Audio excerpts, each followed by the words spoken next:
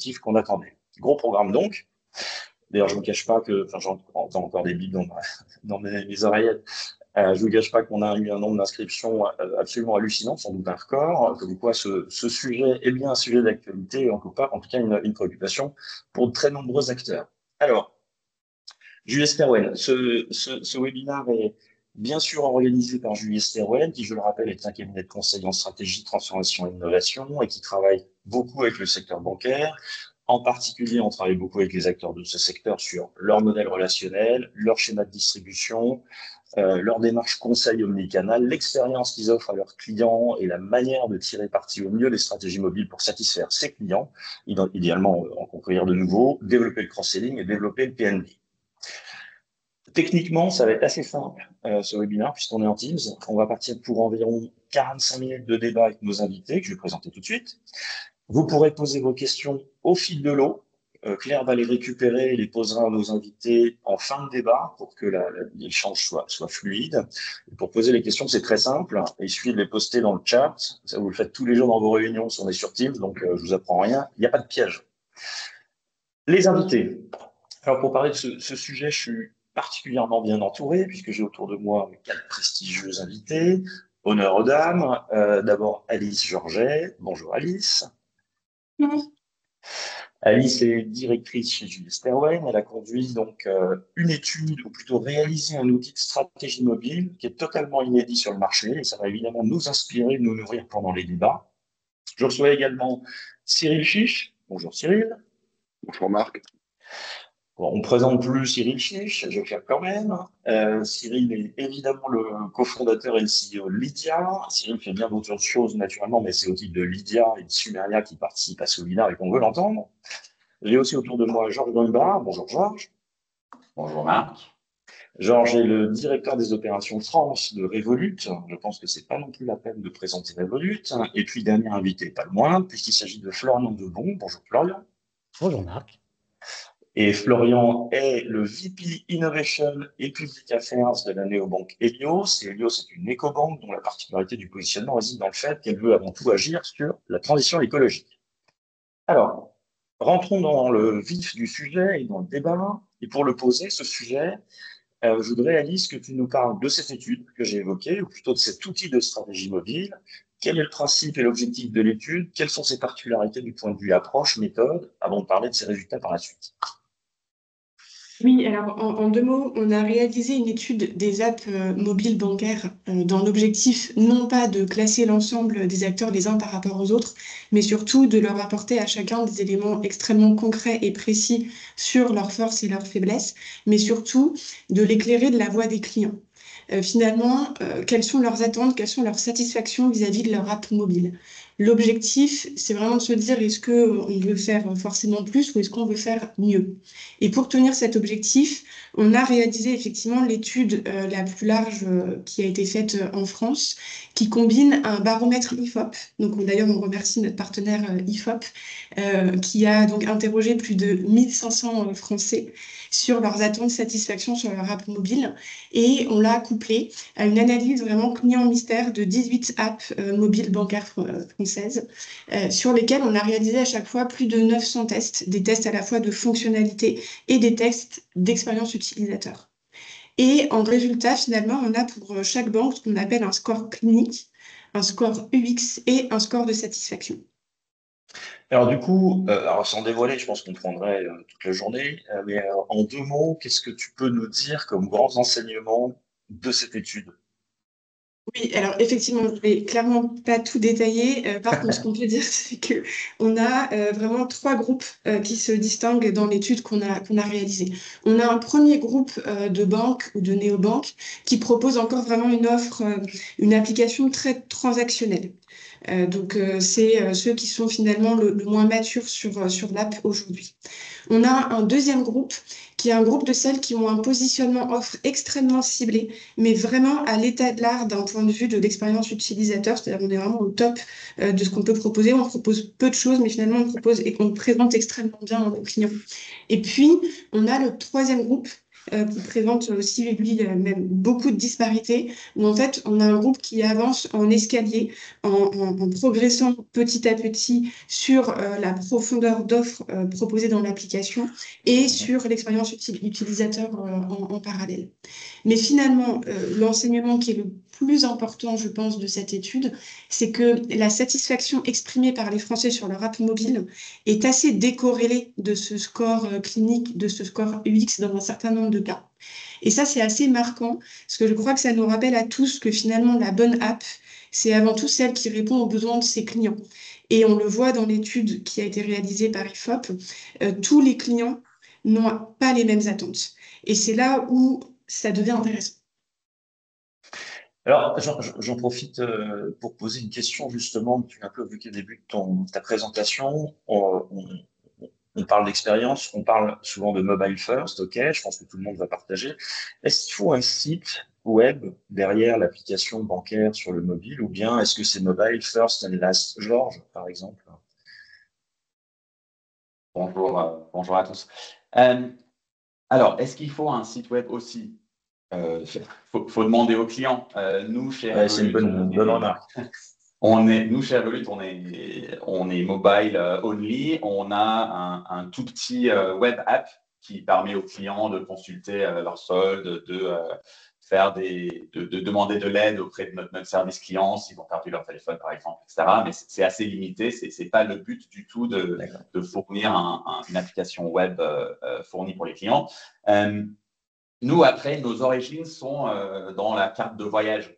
Donc en voyage, on a son téléphone, on a rarement envie d'ouvrir un ordinateur et aller sur le web.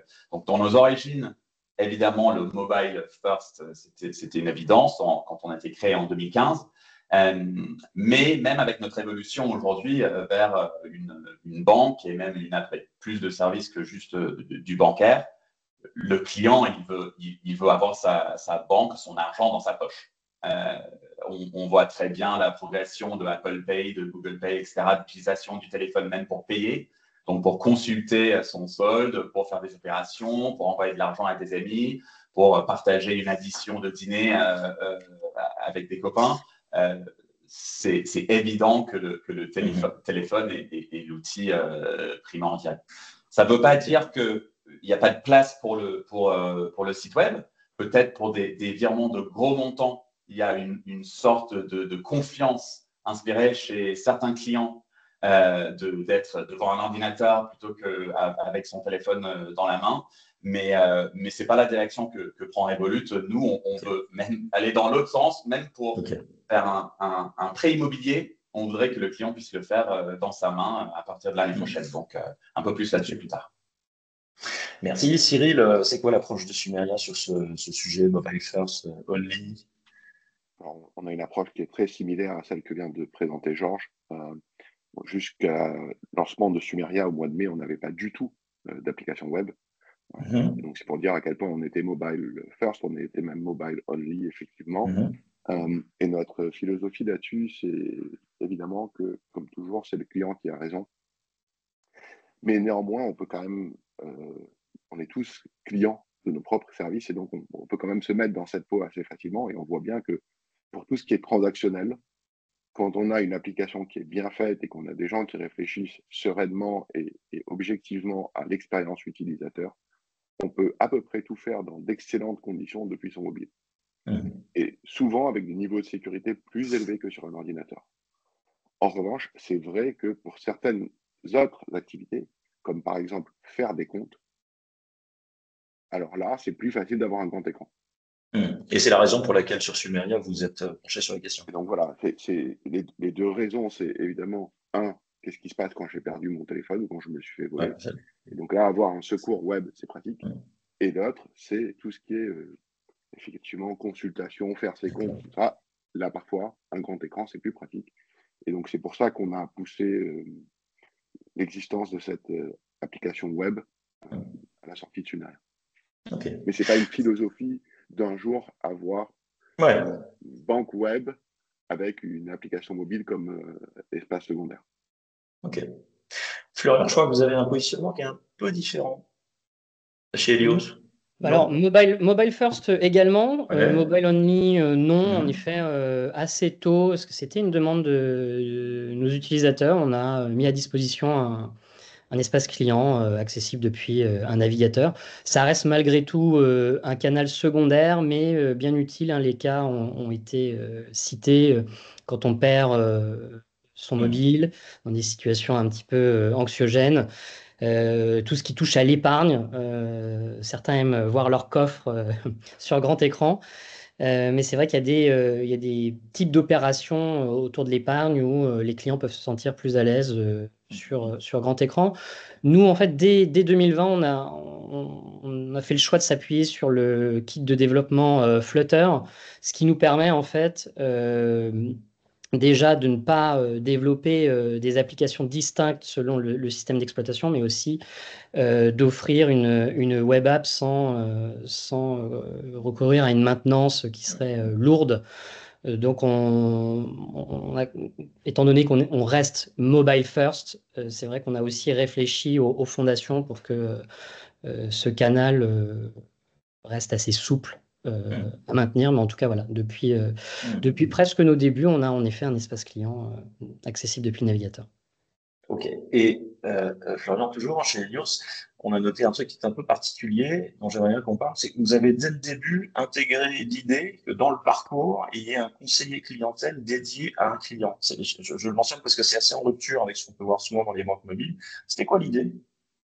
Alors, c'est en effet un choix fort qui a été fait dès le lancement. Donc l'idée, en fait, c'est de pouvoir mettre un visage et une voix sur son conseiller. Donc un visage, puisqu'on, de manière assez classique, hein, on peut accéder à une messagerie instantanée qui est intégrée à l'application, mais aussi une voix, parce qu'on peut réserver un créneau téléphonique. Et donc notre conseiller dédié nous rappelle sur le créneau convenu. Euh, Là où enfin, le point sur lequel je voudrais aussi insister, c'est que tout cela ne fonctionne que si l'expérience dans l'application est irréprochable. C'est-à-dire que le conseiller ne vient pas, comment dire, compenser une application. Corriger des... Exactement. Le conseiller est là pour se concentrer sur ce qui a de la valeur. Donc, proposer un conseiller ne va, en tout cas dans notre approche, de pair que si l'expérience dans l'application est irréprochable. Et donc, on a toutes les actions qui sont évidemment disponibles en self-care. Mais peut-être un aparté, nous, initialement, on a, pour l'impact, hein, on a travaillé avec un partenaire allemand. On a effectué depuis une migration vers des IBAN français. Eh bien, aussi bon le parcours de migration soit-il, c'est un moment charnière où il y a un besoin de réassurance et le conseiller a joué un rôle clé dans le bon déroulé de la migration vers l'IBAN français. Ok. Cyril, chez Sumeria, je crois que si je ne me trompe pas, vous y mettez aussi un petit peu, et je voulais te poser aussi la question, en plus de celle-là, comment on gère cet équilibre entre l'autonomie du client dans son expérience digitale, hein, qui est évidemment le Graal de l'expérience mobile, et puis l'introduction de ce conseiller clientèle, si je ne me trompe pas. Non, tu ne te trompes pas. C'est une bonne nouvelle. Alors, nous, on a une approche qui est un tout petit peu différente, mais qui n'est pas très éloignée finalement. On n'a pas un conseiller dédié, parce que vu le volume de clients, avoir un conseiller dédié, ça voudrait dire qu'on ait des dizaines de milliers de conseillers qui soient tout le temps disponibles, ou alors un conseiller qui n'est jamais disponible. Et dans les deux cas, ce n'est pas une bonne idée, quoi. Donc, ce qu'on a, c'est une équipe. Et dans l'application, dans la messagerie, j'ai le nom de la personne qui est le chef de l'équipe. Et donc, c'est cette personne et son équipe dans lesquelles il y a plusieurs dizaines de personnes qui vont me répondre. Et qui vont me répondre toujours. C'est toujours cette équipe-là. Donc, c'est une équipe qui partage un pool de clients. Donc, ça, c'est incarné. Il y a un nom, il y a un prénom. C'est des vrais gens. Vous pouvez les retrouver sur LinkedIn, vous pouvez les retrouver dans la vraie vie. Donc, c'est cette philosophie d'incarner quand même la relation client sans pour autant faire croire que c'est une personne et toujours la même qui répond parce que, bon, voilà, en 2023, on avait 8 millions de clients qui ont utilisé le service en France. C'est pas vrai qu'on peut servir rapidement avec une personne qui, si elle part en vacances, qu'est-ce qui se passe? Bon, ouais. Ah bon. Et donc, voilà, donc, on a eu cette approche de dire de manière transparente ce qui se passait vraiment. Donc, c'est une équipe pilotée par cette personne-là. Et oui, l'autonomie et un conseiller sont deux choses qui ne sont absolument pas antinomiques, puisque on peut tout à fait avoir des questions qui sont, tiens, je veux faire ça, comment est-ce que je peux le faire au mieux? On peut avoir des questions qui relèvent d'une situation de l'environnement, par exemple. Je suis chez Free, mon IBAN a été piraté, qu'est-ce que je dois faire? On peut avoir beaucoup de situations. On sait qu'on est sur un matériau qui est particulièrement anxiogène, l'argent. Moi, j'aime bien utiliser un exemple de l'histoire typique de Lydia. Chez Lydia, on disait toujours que ce qu'on manipulait, c'était pas de l'argent, c'était de la confiance. Et le bon exemple de ça, c'est que si j'envoie 20 euros à un pote en lui faisant un Lydia, s'il arrive 20 euros 10, très probablement, je vais arrêter d'utiliser l'application. C'est pas que j'ai un problème d'argent, j'ai été débité 20 euros, mon pote a eu 10 centimes de plus, tout va bien. C'est juste j'ai perdu la confiance dans la solidité. Et donc, voilà, on a évidemment besoin d'être rassuré. Ça ne veut pas dire qu'on ne va pas utiliser des technologies d'intelligence artificielle générative pour aider les conseillers à répondre plus vite, à répondre mieux, pour offrir au client en lui disant la possibilité d'interroger un agent conversationnel en autonomie, même à 3 heures du matin. Et il y a une grande partie des questions qui sont répondues comme ça. Mais oui, on a évidemment des humains en quantité qui sont soit derrière un clavier, soit derrière un rendez-vous téléphonique, soit même maintenant, et là pour le coup c'est assez original, on a ouvert un espace physique permanent. Depuis quelques jours, on a ouvert le Café Sumeria. Donc c'est un mélange de coffee shop et de lieux où on peut parler avec des conseillers, avec des collaborateurs de Sumeria qui sont là rien que pour vous, soit en passant, soit en prenant rendez-vous. Et donc voilà, on est content de donner le maximum de canaux et d'interactions. Et oui, humain et numérique, ça n'a jamais été antinomique. Ok. Interaction, confiance. Alice, ton point de vue sur ce conseiller là, qu'est-ce qu'on fait? Quelle place il doit avoir? Quel rôle il doit jouer? Comment les banques traditionnelles, puisque là, on a autour de nous des néobanques, des fintechs, comment les banques traditionnelles abordent ce sujet? Alors, peut-être on revient toujours sur ce que nous disent les Français sur le sujet et quand on leur demande de classer finalement ce qui importe pour eux dans leur app bancaire, l'accès à un conseiller ou à leur conseiller arrive en avant-dernière position. Et ça arrive en avant-dernière position, derrière le transactionnel, derrière la gestion de budget, derrière la gestion de leurs produits bancaires. Finalement, c'est assez logique, hein, je ne reviens pas dessus, on est sur un outil de self-care. Mais quand on leur demande autre question, si oui ou non c'est important pour eux d'avoir accès à un conseiller, donc un peu plus tard dans le questionnaire, formulé différemment, on a quand même près de 2 tiers des clients des banques de réseau qui répondent oui. Et ce qui est encore plus intéressant, c'est qu'on a des écarts colossaux entre les établissements. C'est un écart qui peut être de l'ordre de 40 points. Et donc c'est là où je reviens sur ce que je disais tout à l'heure. La réponse ne peut pas être la même pour tous sur la place du conseiller. Ça dépend aussi à la fois de ce qu'on est capable de proposer par ailleurs sur la self-carisation, mais aussi finalement de l'ADN de l'établissement et ce pourquoi les clients sont chez nous. Et c'est un sujet extrêmement complexe, hein. Je reviens sur ce que disait Florian Cyril, c'est vraiment le mariage, le meilleur du digital et de l'humain. À quel moment on passe de l'assistant virtuel à l'humain? Comment on détecte le bon moment finalement pour mettre l'effort là où ça a de la valeur et pas simplement être en réactif de quand le client me demande l'accès au conseiller, mais comment moi je sais lui proposer au bon moment? Est-ce que mon conseiller il est là pour apporter de la rassurance? Est-ce qu'il est là pour apporter de l'expertise? Est-ce que finalement il est là pour les deux? C'est un sujet qui n'est pas encore arrivé complètement à maturité. On commence à voir des choses quand même qui marient bien les parcours digitaux et l'accès aux conseillers, notamment dans les parcours d'entrée en relation, mais ça reste encore assez peu mature de façon générale. Alors donc, il n'y a pas de Je vois que Marc, Cyril voulait ouais, réagir. excuse-moi Marc, Ouais, Cyril. tout ça me fait penser à quelque chose. Ouais. Je veux dire, on parlait de réassurance, on parle de confiance. Il y a un sujet qui ne nous a certainement pas échappé, c'est cet immense et en grand développement arnaque aux conseillers téléphoniques bancaires. C'est un problème, c'est 300 millions de préjudices pour les Français en 2023, croissance de 78%, c'est un désastre. OK. Et donc, on voit bien que si autant de gens se font avoir, et ce n'est pas des idiots, c'est que cette relation avec le conseiller bancaire, elle est très particulière. C'est vraiment une relation qui est très profonde. D'accord? Sinon, je ne me fais pas avoir. Et pourtant, ça continue et ça continue d'augmenter. Et on voit bien, comme ce sont des mondes qui sont séparés dans la banque traditionnelle, ce qu'on a, c'est des messages de sensibilisation qui disent attention, on ne vous demandera jamais ça, attention, il y a des gens qui, les fraudeurs ne partent pas en vacances. Ok, c'est super, la sensibilisation, c'est hyper important, mais en réalité, on fait de la sensibilisation, ça augmente de 78%. Et on a pu voir récemment des premières condamnations de manière finale sur ces sujets-là. Ok, on peut peut-être se poser la question comment on fait pour réintégrer de la technologie, pour rassurer, pour s'assurer que l'humain et la technologie, ça marche bien ensemble. C'est pas deux sujets séparés. C'est pas soit self-care. Donc, on a lancé chez Sumeria quelque chose qui est assez intéressant. On n'est pas les seuls à l'avoir fait. Monzo l'a fait en Angleterre. Notre banque l'a fait en Nouvelle-Zélande. C'est une intégration de nos services de téléphonie, de push notification et de messagerie in-app.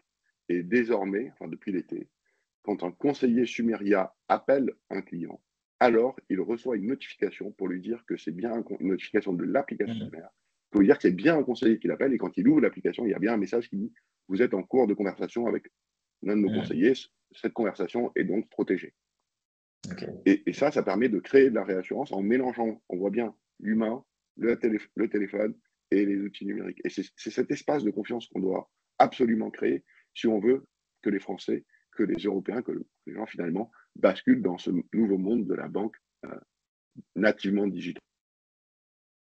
Alors, Georges, chez Revolut, pour le coup, je crois qu'il n'y a pas la place pour un conseiller dans le modèle. En effet, c'est pas notre modèle. Je dirais, enfin, il y a plusieurs raisons pour cela. La première, je dirais que, comme vous le savez, une grande partie de nos clients est de générations un peu plus jeunes. Et en fait, l'expérience des jeunes générations, de ce qu'on entend, c'est qu'ils associent conseiller bancaire avec le développement commercial. Quand on parle à son conseiller, on a peut-être un problème au début et très vite, la conversation tourne sur quel produit vous allez ouvrir la semaine prochaine. Donc, ce n'est pas forcément quelque chose que cherche le client. Après, pour nous, le conseiller, ce n'est pas un objectif en soi. C'est un canal pour réaliser quelque chose, pour apprendre quelque chose, pour comprendre quelque chose. Nous, notre vision là-dessus, je ne dirais pas une philosophie, mais notre vision, c'est aidons le client à être autonome. Toujours dans l'application Revolut, vous allez voir, on essaye de promouvoir l'autonomie, la flexibilité, pour que le client puisse tout faire lui-même ou elle-même. Oui, c'est pour l'expérience client, pour le service client, mais aussi pour découvrir les produits. Sur Revolut, en 30 secondes, on peut ouvrir un nouveau compte d'épargne, un nouveau compte de titre, etc. Et si le lendemain, on se dit, en fait, c'est pas pour moi, on le ferme, fini, sujet clos. Donc, on n'a pas forcément besoin du conseiller sur ce canal non plus. Après, oui, notre modèle, en effet, on fait tout à échelle. On est dans 40 pays dans le monde. Nos produits sont créés pour être utilisés dans plusieurs pays en même temps de la même façon. On a aussi à peu près 50 millions de clients dans le monde qui parlent toutes les langues du monde.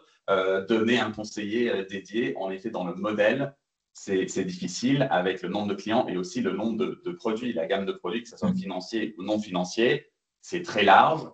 On a évidemment des humains qui aident nos clients s'ils ont des problèmes, s'ils ont besoin. On utilise de l'intelligence artificielle, bien évidemment. Si on sent qu'un client vulnérable, par exemple, a besoin de plus d'aide, on a la capacité d'appeler le client pour parler avec eux de leurs problèmes et pour les aider. Mais dans le modèle, en gros, non, on ne travaille pas sur l'introduction du conseiller individuel.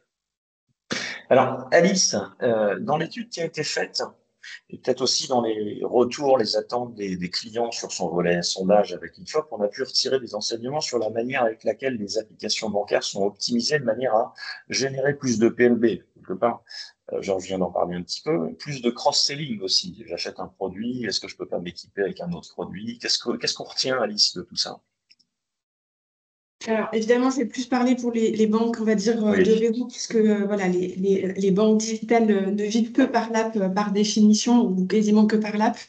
Ce qu'on observe, c'est que vraiment sur l'application comme levier de PNB et donc finalement de souscription de nouveaux produits, on est encore assez hétérogène, enfin, on est même très très hétérogène sur le panel, mais au global, on a encore un peu moins, on a seulement un peu moins de 50% des parcours de souscription qui peuvent se faire de bout en bout.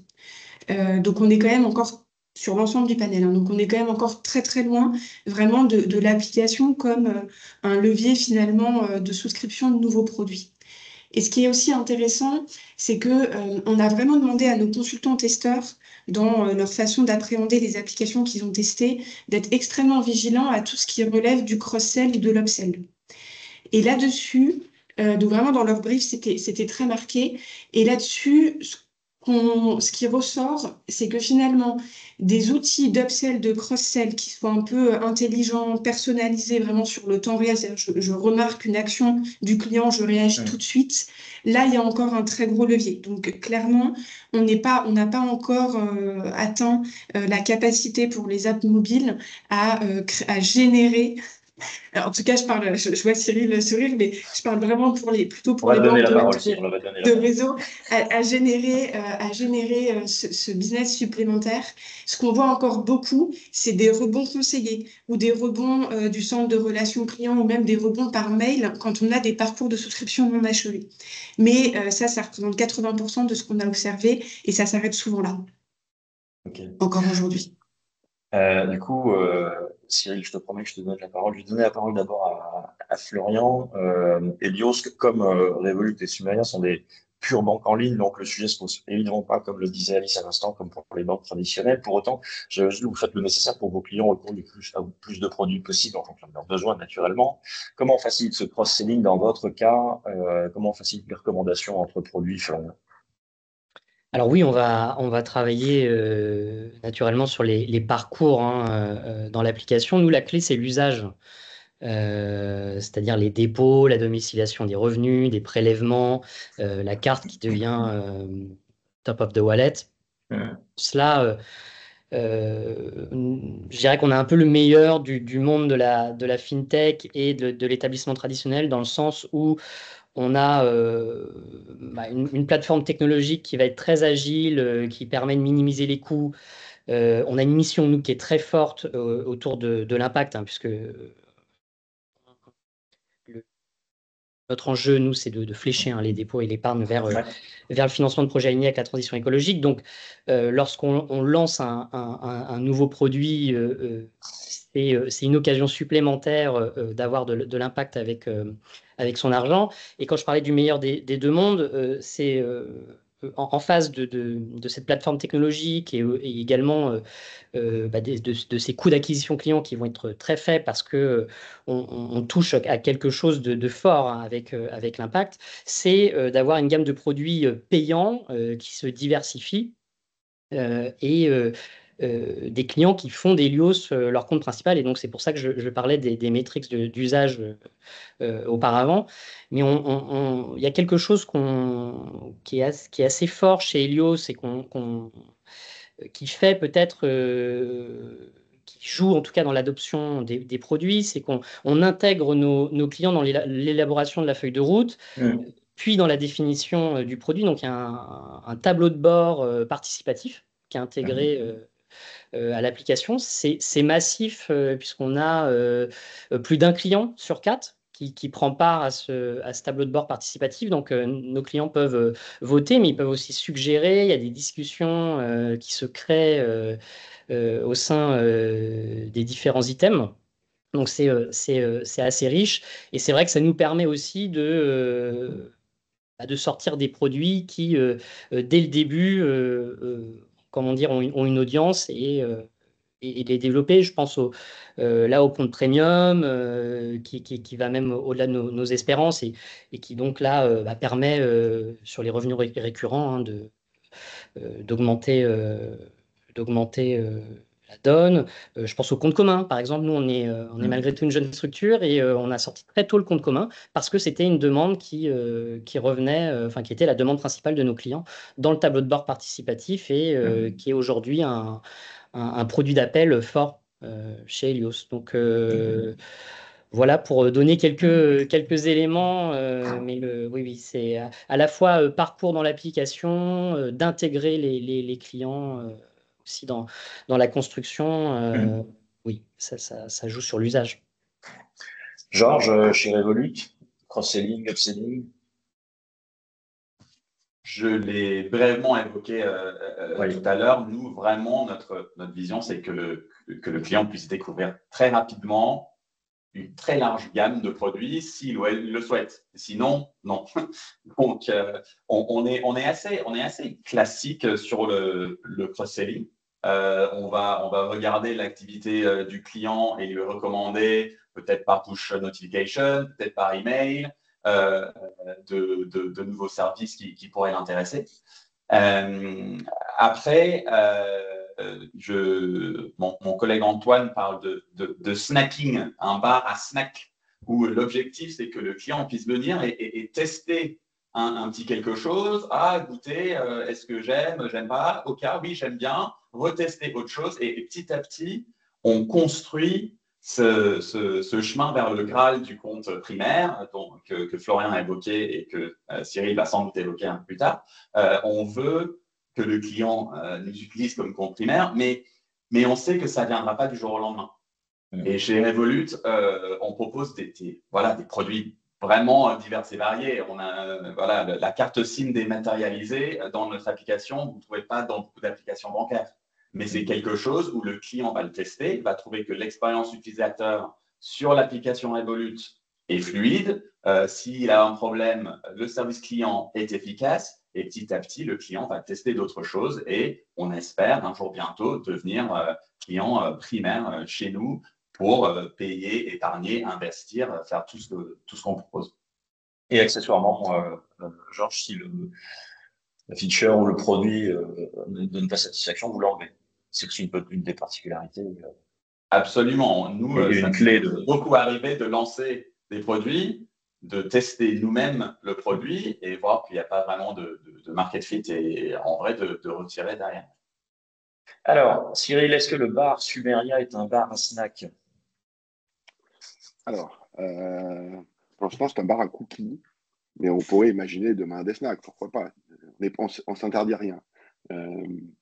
Ce qui est intéressant, j'ai l'impression qu'on touche à un point vraiment important de la problématique de l'application dans le monde bancaire. On sait bien que les grandes banques de détail ont obligation, pour couvrir leurs coûts de fonctionnement, de vendre, de multi-équiper les clients de manière massive. Ce n'est pas avec 2 ou 3 produits, c'est avec 10, avec 15 qu'on devient rentable. Et on sait très bien que les ruptures d'innovation viennent souvent par une modification profonde du business model et notamment de la structure de coût. C'est parce qu'on est capable de développer du business avec une structure de coût qui est radicalement inférieure, infime par rapport à la structure de coût des acteurs en place, qu'on est capable ensuite d'avoir un business model différent. Et sur ce schéma-là, on comprend bien qu'il y a un antagonisme très fort entre ce que recherche quelqu'un dans une application mobile, quelle qu'elle soit, c'est-à-dire quelque chose qui est fait exclusivement et de manière extrêmement efficace, aucun clic, aucun geste en trop pour faire une action, et donc la pureté absolue de l'expérience et l'obligation mécanique de vendre 15 produits. En fait, ça ne marche pas ensemble. Alors, s'il faut vendre 15 produits, je ne peux pas avoir une expérience pure. Je vais être en permanence en train d'abîmer mon expérience pour vendre mes produits. Et comme par ailleurs, cette vente avant se faisait dans un lieu où les gens vont de moins en moins, les agences, c'est pour ça qu'on a fait un coffee shop, on commence à voir cette problématique de manière assez criante. Comment on fait pour avoir à la fois une expérience extrêmement pure, plaisante, qui ne fait pas perdre du temps, qui n'agace pas, qui ne perd pas les clients, et en même temps pour lui vendre 15 produits au même endroit, puisque ça devient mon seul canal. Et donc nous, pour l'instant, on a fait le pari, on a testé de manière, pendant 1 an et demi à peu près, une fonctionnalité, un espace qu'on avait appelé le marché, dans lequel on avait intégré 27 produits. on n'a pas réussi à le faire fonctionner, donc très humblement, on est revenu en arrière. Nous aussi, on n'a pas peur d'essayer, de réussir, de rater, et d'itérer de manière très, très rapide pour dire, OK, on va se concentrer sur 1, 2, 3 sujets. Et comme ça ne suffisait pas, on a même splitté les marques et les applications pour redonner à Lydia sa partie paiement entre amis et cagnotte, et donc les paiements de type sociaux, et dans la partie Sumeria, les services bancaires, pour s'assurer de la pureté et de l'exigence de l'expérience sur un sujet qui est essentiel, qui est effectivement mon compte courant principal. Ok. Alice, tu as fait un petit tour à l'extérieur. Est-ce que tu es prête à ce que je te pose une question? Oui, bien sûr. Je voulais changer un tout petit peu de sujet. Vous en êtes sur l'accès aux produits, aux services bancaires. On a déjà assez largement abordé le sujet, mais je voulais faire un petit focus là-dessus. Et Alice, est-ce que tu peux nous dire justement ce que les Français attendent en matière de produits, de services bancaires? Qu'est-ce qui est important pour eux? Tu l'as évoqué tout à l'heure quand on a parlé de l'accès aux conseillers clientèle, mais un peu plus largement. Je vais vous demander simplement des réponses un peu courtes parce que si je veux aborder tous les points que je veux aborder avec vous, il faut qu'on accélère un tout petit peu.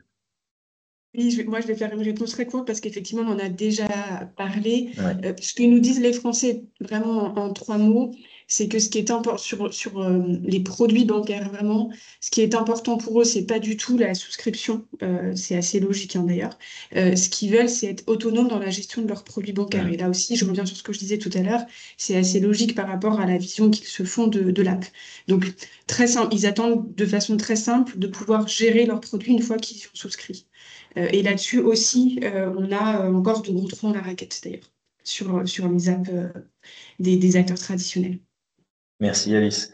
Florian, pareil, assez rapidement, et en plus tu l'as évoqué tout à l'heure, le positionnement d'Elios c'est particulier, les clients viennent pas complètement par hasard, ils viennent chercher quelque chose de particulier aussi quand ils viennent ouvrir un compte chez Elios. Est-ce que tu peux nous dire deux mots justement de la gamme de produits que vous proposez en quelques mots? Alors, si j'ai quelques mots, oui, je dirais déjà l'impact sans compromis sur l'expérience utilisateur.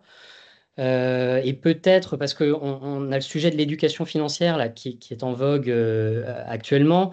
Nous, au-delà des outils de gestion du budget, d'aide à l'épargne, on a développé en propre un programme de fidélité qui s'appelle Tous Consommateurs et qui réunit 120 commerces engagés. Et l'idée est très simple, c'est qu'en utilisant la carte Helios chez ces commerçants, on se voit notre cagnotte en fait créditée de 5 à 6% du montant total de l'achat.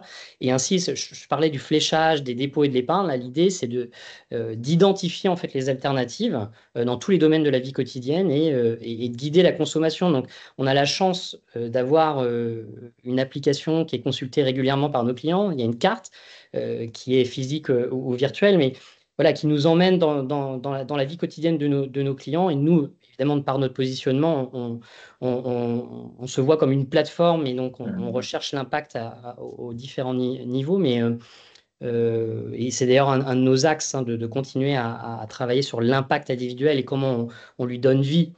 Mais voilà, en tout cas, nous, au-delà des produits hein, du quotidien, que ce soit les comptes ou l'épargne avec notamment l'assurance vie, c'est comment, notre deuxième pilier, c'est comment on arrive à guider la consommation vers quelque chose de plus responsable. Et ça passe par l'identification d'alternatives et je dirais que la marque est ici un label aussi. Hein. Le client peut s'identifier et sait que la sélection qui lui sera proposée a passé un certain nombre de critères. Et donc, on revient à la question de confiance aussi hein, sur ce point. Cyril, de ton côté, c'est quoi la stratégie en termes de gamme de produits bancaires? Et peut-être c'est le moment de revenir sur le positionnement Lydia Sumeria. Peut-être que tout le monde soit bien. Ouais, rapidement, Ouais. on sait que si on regarde la première génération du web, donc, fin des années 90, début des années 2000, en fait, on répète les cycles. Hein. On voit bien qu'il y avait deux écoles. Il y avait l'école des portails, tout le monde se souvient des Yahoo et compagnie, et puis il y avait l'école des produits purs de type Galaxy, c'est Google. Bon, clairement, on est de la famille Google, pour plein de raisons, mais la première, c'est effectivement la possibilité d'avoir une expérience pure dans un sujet qui est important pour moi. Et finalement, si je veux faire qu'une seule chose, je peux avoir un produit qui fait cette chose-là de manière parfaite. Et on se rendait bien compte qu'en remplissant l'application Lydia de services qui n'étaient pas faire des Lydia, on a finissait par avoir des gens qui étaient un peu frustrés de la dégradation de la pureté de l'expérience. Or, l'expérience, c'est la première promesse que l'on fait à nos utilisateurs, une expérience parfaite. Donc, c'est pourquoi on est arrivé à la conclusion que pour que les gens qui veulent nous utiliser comme compte principal ou les gens qui veulent nous utiliser juste pour rembourser leurs potes devraient avoir une expérience parfaite. Et donc, l'idée, c'est bien sûr de faire en sorte de redonner à chaque sujet son indépendance, une roadmap propre, une ambition différente, et que les deux ne s'abîment pas l'un l'autre, ne s'empêchent pas l'un l'autre. Donc, c'est pour ça qu'on a fait cette séparation de marques, d'applications. C'est voué à s'amplifier, on en fera d'autres. Avec l'idée justement de créer cette galaxie d'outils, tous reliés par des éléments quand même communs forts, comme évidemment l'identification, l'accès, le core banking system sous-jacent, la lutte contre la fraude, qui sont des éléments transverses. Mais sur la partie expérientielle, je veux pouvoir avoir une expérience pure à chaque fois. Et donc, voilà, c'est une logique à la Google plutôt qu'à la Yahoo. Ok, merci. Georges, tu l'as évoqué tout à l'heure, 40 pays dans le monde, 50 millions de clients, forcément des produits qui sont un peu tronc commun. Et je sais que vous vous attaquez aussi, Joie, à une spécificité bancaire française en termes de produits. Oui, absolument. Tu l'as bien dit, pour gagner en échelle, pour croître à l'international, il faut qu'on perfectionne tout ce qui est gérer son argent, payer, épargner, investir, etc. Mais ça reste plus large et plus commun entre tous les pays au début. Là, on arrive à un stade, on a passé les 4 millions de clients en France, on a de grosses ambitions pour faire croître ce chiffre.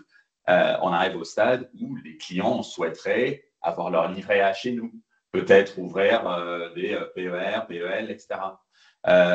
Nous aussi, on cible le crédit immobilier étant vraiment un produit d'appel et un produit de base pour le client qui souhaite ensuite utiliser la banque comme banque primaire. Et aussi, côté professionnel, on regarde le crédit aux professionnels dès l'année prochaine aussi. 2025, en fait, est vraiment rempli de projets de lancement de produits en France. Il y a beaucoup d'équipes qui travaillent dessus. On a de la chance d'être un pays vraiment prioritaire pour le groupe. Donc, quand on parle de crédit immobilier, on va être le troisième pays à l'avoir. En crédit aux professionnels, ça va être testé en France. Donc, on a vraiment la chance d'avoir des investissements de la part du groupe sur la France. Et ça se voit aussi par le nombre de clients qui nous rejoignent tous les mois. On voit croître le chiffre grâce aux produits et aux services que nous proposons. Et en effet, les spécificités françaises sont un peu la pierre qu'il faut amener à l'édifice pour qu'on atteigne ce qu'on souhaite vraiment faire en France et donner l'importance à la France que souhaite le groupe et que nous souhaitons ici. Ok. Et Georges, toujours, tout à l'heure, Florian a parlé de la manière avec laquelle Helios, en particulier avec son tableau de bord participatif, c'est bien ça, qui permet d'impliquer les clients, de les écouter pour définir l'évolution de la banque, de son offre, etc. Plus largement, toujours brièvement, comment vous faites les uns les autres pour écouter vos clients, évidemment, en dehors de lire les études de Julius Sterwen, comment vous avez capté leurs attentes, leur satisfaction, Georges, que vous faites chez Revolut? On ne fait pas beaucoup nous-mêmes, il faut le dire. On fait peu de sondages, peu de questionnaires. On en fait, mais il y a tellement d'informations disponibles déjà sur le web. Grâce à notre nombre de clients, il suffit d'aller sur Trustpilot, sur les App Store pour avoir vraiment une quantité grosse d'idées de nos clients. Bien sûr. Et aussi, on est plus de 10 000 employés, on est tous clients de Revolut, on utilise tous les jours l'application, on découvre des améliorations. On a un système interne extrêmement efficace où chaque employé peut suggérer quelque chose. Dans la journée, une équipe a regardé la suggestion, pour catégoriser, pour passer, si pertinent, à l'équipe produit. On fait la même chose avec les retours TripAdvisor, etc. Mais quand ça vient de l'interne, c'est vraiment très rapide et fluide. Donc, grâce à ça, on sort vraiment beaucoup d'idées. Et aussi, brièvement, on regarde tous les chats avec les clients, avec les conseillers, et on a évidemment des milliers par jour dans le monde, sont analysés, sont regardés. Est-ce qu'il y a une recommandation? Est-ce qu'il y a un retour sur ce qui ne se passe pas bien aujourd'hui? Avec tous ces data points, avec un peu de temps en temps d'intelligence artificielle pour aider ou de l'effort manuel pour trier, on peut en tirer vraiment beaucoup d'enseignements sans forcément passer par l'IFOP ou Juliette Serwen, même si on est ravis d'avoir vos inputs aussi. Je sais tout ça. Cyril, tu veux ajouter quelque chose sur l'écoute client, l'écoute des attentes? Oui, alors nous, on fait exactement la même chose que vient de décrire Georges, avec deux petites spécificités. On a un pool de clients qui ont souhaité, été OK pour participer à un programme pilote. C'est un peu plus de 1100 clients, 1200 clients maintenant. Et c'est avec eux qu'on teste les nouveaux produits une fois qu'ils sont en pré-release.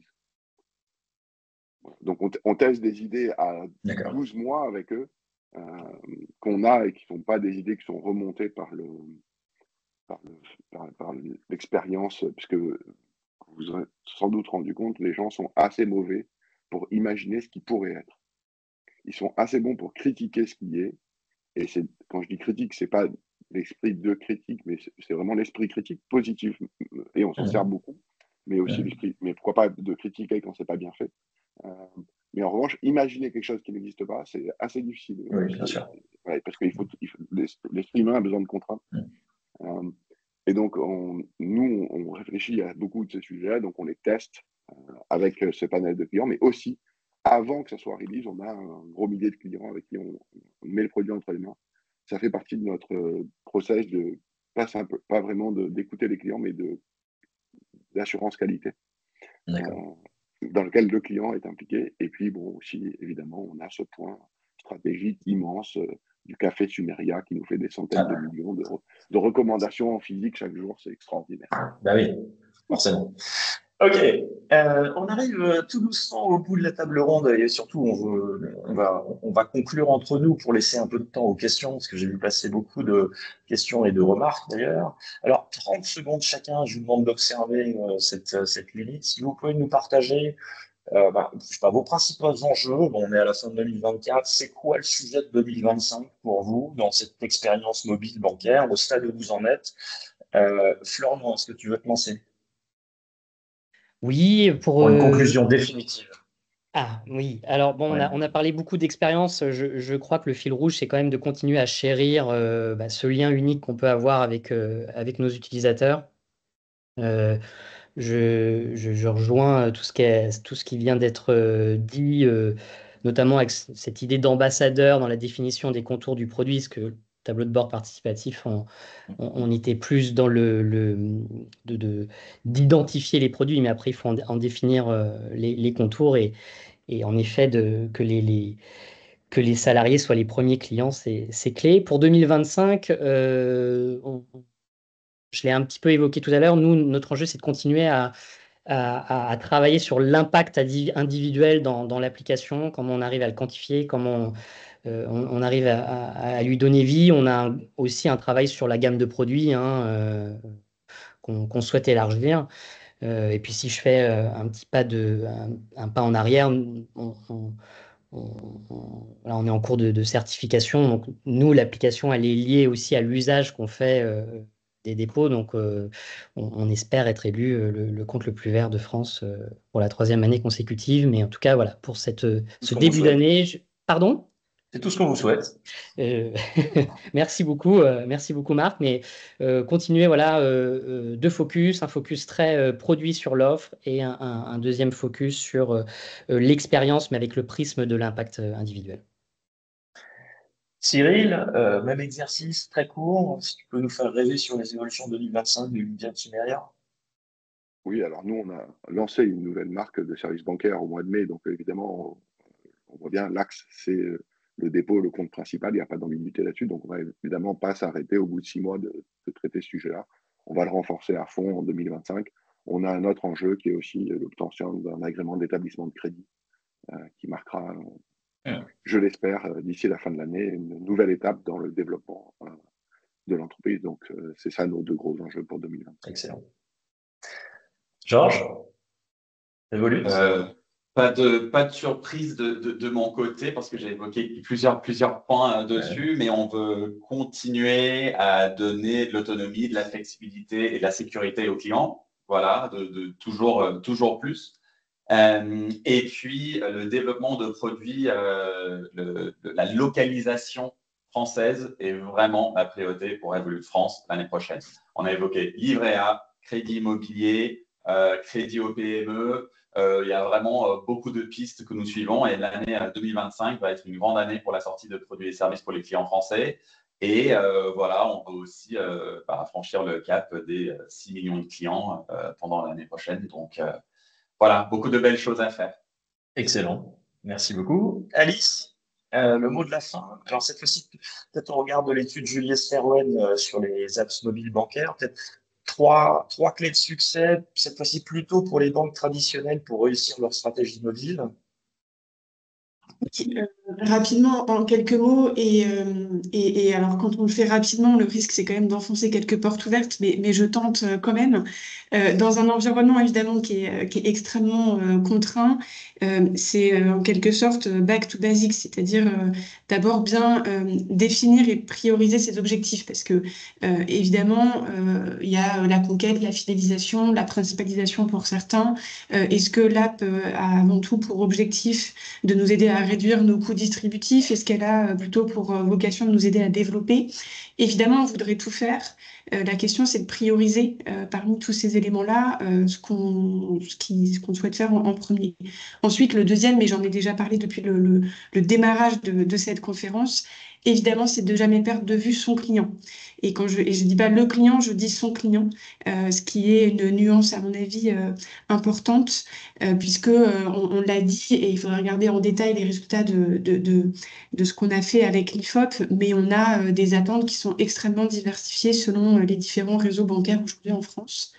Et bien sûr, le troisième, c'est ce que j'appellerais le tech-driven, et c'est d'arriver à accélérer sur ce sujet et de passer un cap pour allier en fait le meilleur de l'humain, du digital.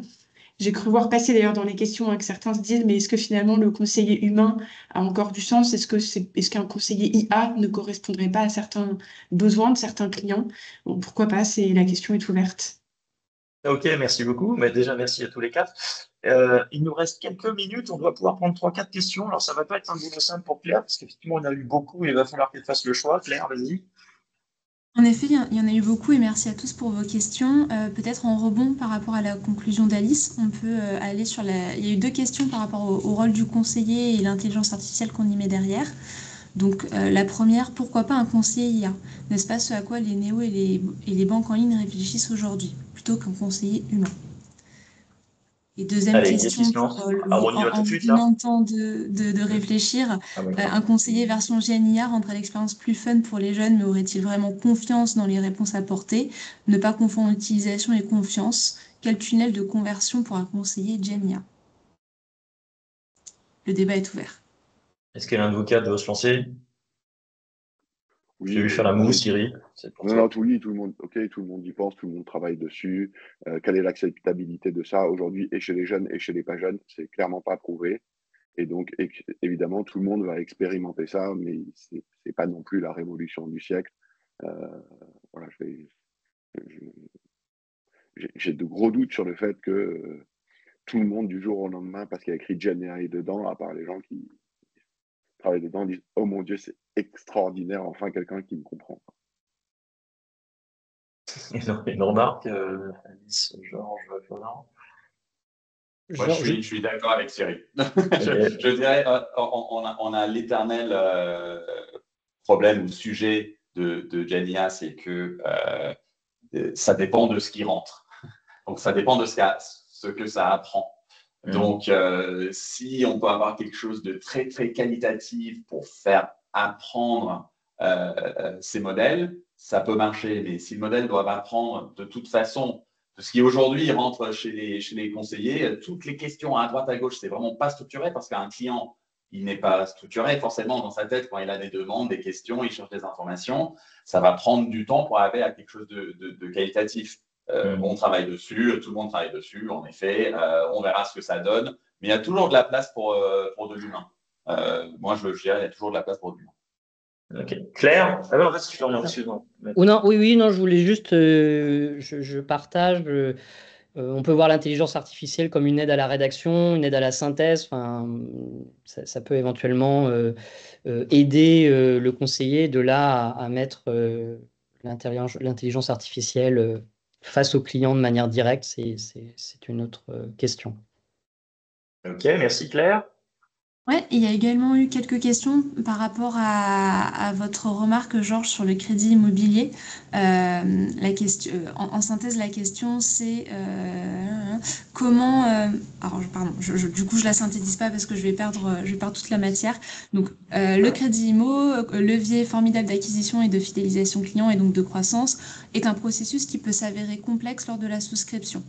Peut-il, selon vous, être réalisé uniquement sur mobile sans dégradation du taux de transformation?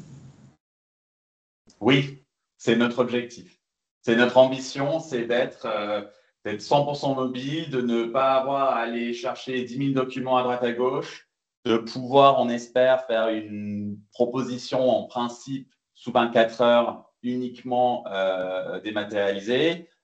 Oui, quand on côté réglementaire, il y a des délais, etc., qui sont respectés, bien sûr, mais pour faire une proposition initiale draft au client, l'objectif, c'est de le faire très rapidement, mobile only, pour aller le faire dans le métro en allant au travail le matin. Voilà, hop, un crédit immobilier, je regarde le soir, est-ce que je suis content de la proposition, je valide, c'est fait dans la journée. Ça, c'est l'objectif. Il faut qu'on y arrive, mais on a changé pas mal de choses dans le milieu, donc on espère bouleverser un peu le crédit immobilier aussi. Et parce que sur ce sujet de toutes les pièces justificatives, aujourd'hui, je le disais tout à l'heure, on a quand même des solutions qui permettent d'accélérer et de pas justement aller chercher tous ces documents à droite à gauche, comme tu le disais, Georges. Et puis l'autre point, mais je crois que c'est très lié à tout ce qu'on se dit depuis finalement le début sur la facilité ou non à marier le digital et l'humain. Et c'est-à-dire que si on arrive sur ces parcours qui, effectivement, pour certains clients ou prospects, peuvent être quand même un peu complexes sur le crédit immobilier ou justement sur lesquels il y a besoin de rassurance, tout l'enjeu, c'est d'arriver dans ces parcours full mobile à intégrer l'humain au bon moment et à distinguer, enfin, à détecter le moment où le prospect ou le client a besoin justement qu'on enclenche. Alors, je sais que Georges, c'est pas votre modèle, mais pour d'autres, éventuellement, à quel moment on enclenche la proposition d'avoir accès à un conseiller pour l'aider. Une petite dernière question, Claire, avant de clôturer? Oui, une question qui vient de sortir dans le fil qui me semble très, très intéressante. La stratégie de conquête du compte principal ne se heurte-t-elle pas à un phénomène de surbancarisation? Comment les Français réagissent-ils à cette offre abondante? Alors, il y a peut-être pas, il y a beaucoup d'offres, mais il y en a aussi moins d'acteurs sur le marché qu'il y a 1 an et demi. Il y en a certains qui ont fermé. Il y en a certains qui ont une proposition assez spécifique comme Florian. C'est très intéressant la proposition. C'est pas un terrain de jeu sur lequel nous, on va aller. Il y a toute une partie de la clientèle qui serait intéressée par Helios, qui ne serait pas forcément intéressée par Revolut. On a un marché de plus de 60 millions de personnes qui peuvent avoir un compte bancaire. Je crois qu'il y a pour tout le monde, mais je veux bien en les autres. Ok, eh bien, il est 10h01. On est extraordinaire parce qu'on a tenu ce délai. Merci à Claire. Merci à toutes et à tous d'avoir participé, d'avoir écouté ce webinaire, d'avoir posé autant de questions et fait autant de remarques. On publiera évidemment le replay pour ceux qui sont arrivés un peu en retard ou bien ceux qui veulent faire partager à d'autres. Merci évidemment à Alice, à Georges, à Florian, à Cyril. Merci infiniment. C'était très sympa. Vous avez été géniaux. On va s'arrêter là. On va vous souhaiter une bonne journée. Et puis, bonne fin d'année et bonne année 2025. Bonne journée à tous. Merci beaucoup. Merci. Bonne journée. Merci. Bonne journée. Bonne journée.